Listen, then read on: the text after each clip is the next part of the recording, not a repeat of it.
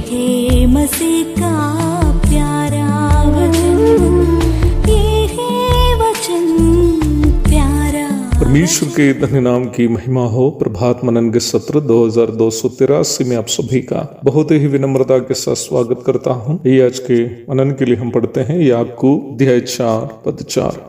हे व्यभिचारिणियों, क्या तुम नहीं जानती कि संसार से मित्रता करनी परमेश्वर से वैर करना है? अतः जो कोई संसार का मित्र होना चाहता है वह अपने आप को परमेश्वर का बैरी बनाता है। यहाँ उपयोग किया गया व्यभिचारिणी शब्द से हमारे अंदर एक गलत फहमी होने की संभावना है कि ये केवल महिलाओं के संबंध में बताया गया है। बिल्कुल नहीं। यदि आप पुराना नियम का अध्ययन करेंगे तो आप ये समझ पाएंगे कि परमेश्वर की विधि व्यवस्थाओं को छोड़कर अन्य देवी देवताओं के पीछे भागकर अन्य जातियों के रीति रिवाजों को अपनाए हुए इस्राएल समाज को कई बार व्यभिचारिणी करके परमेश्वर संबोधित करते हुए आप वहां देख सकते हैं। उदाहरण स्वरूप यिर्मयाह अध्याय 3 की 6 से 11 तक पढ़िएगा।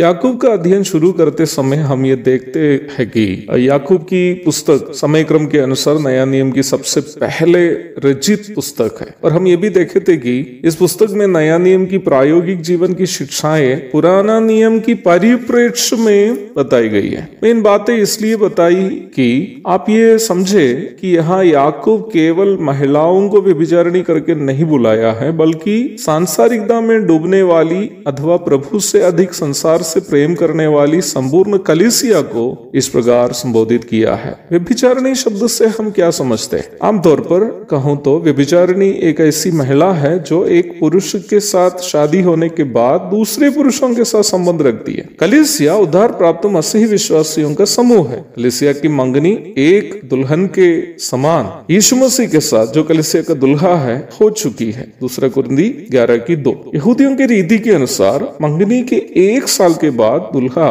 साजबाज के साथ आकर दुल्हन को अपने घर की ओर ले जाते हैं। इस 1 साल में दुल्हन का काम अपने दुल्हे की प्रतीक्षा में अपने आप को सजाते हुए पवित्र जीवन बिताना है। यद्यपि दुल्हा और दुल्हन मंगनी के बाद 1 साल बीतने के बाद ही एक हो जाते हो, परंतु मंगनी के दिन से ही यहूदी उसे एक वैवाहिक रिश्ते समझते थे। ऐसी परिस्थिति में यदि दुल्हन किसी अन्य पुरुष के साथ नजदीकी रखती हो तो उसे यहूदी बहुत ही गंभीर रूप में अनैतिकता समझते थे।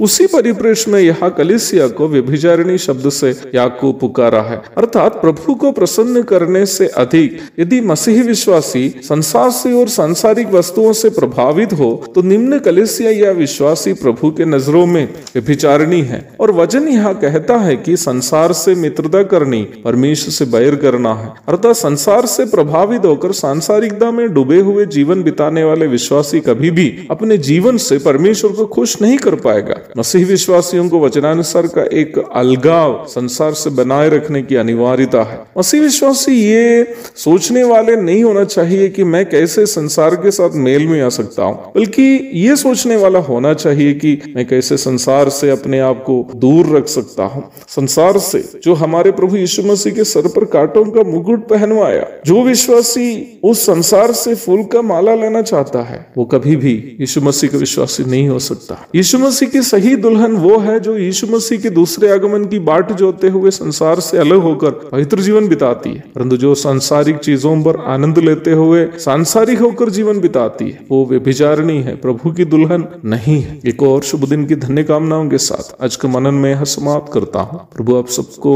प्रभु की एक पवित्र दुल्हन के समान उनके दूसरे आगमन की बाट जोते हुए पवित्रता के साथ जीवन बिताने के लिए आपकी सहायता और मदद करे। आमीन।